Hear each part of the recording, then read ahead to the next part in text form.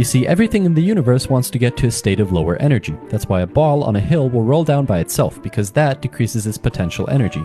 This trend also applies to atoms. The state of lowest potential energy is having a full outer shell of electrons, which is most often 8, or in the case of hydrogen and helium, 2.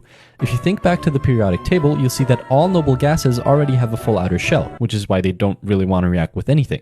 If two atoms don't have a full outer shell, but can achieve one by sharing electrons, they will naturally do so, the same way a ball will go downhill, as their combined energy would be lower than if they were separate. The sharing of electrons is called a covalent bond. These bonds are also caused by the positively charged nucleus of an atom tugging on electrons of another atom. The strength of this pull is called electronegativity. In the periodic table, the electronegativity increases from bottom left to the top right. Therefore, fluorine has the strongest pull. It's just unbelievably desperate for an electron.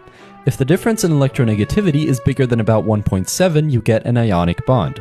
A good example is sodium chloride. Chlorine would do anything for an electron, while sodium has one too many and just kinda wants to get rid of it anyway. Perfect, they both say, forming an ionic bond, where sodium loses an electron and turns into a cation, and chlorine gains an electron and turns into an anion.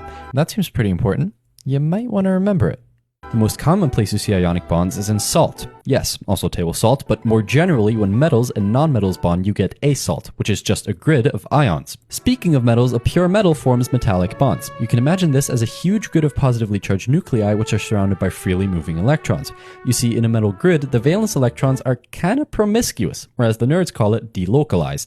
They can move freely in a giant playground of nuclei instead of being loyal to just one. This kind of bond is responsible for the properties of metals, like conducting electricity and heat, and also being malleable, as in being kind of bendy. Like, you can hammer on this stuff until it's the most deformed, unelegant, and ugly-looking piece of material ever known, and it will just limp along as if nothing ever happened.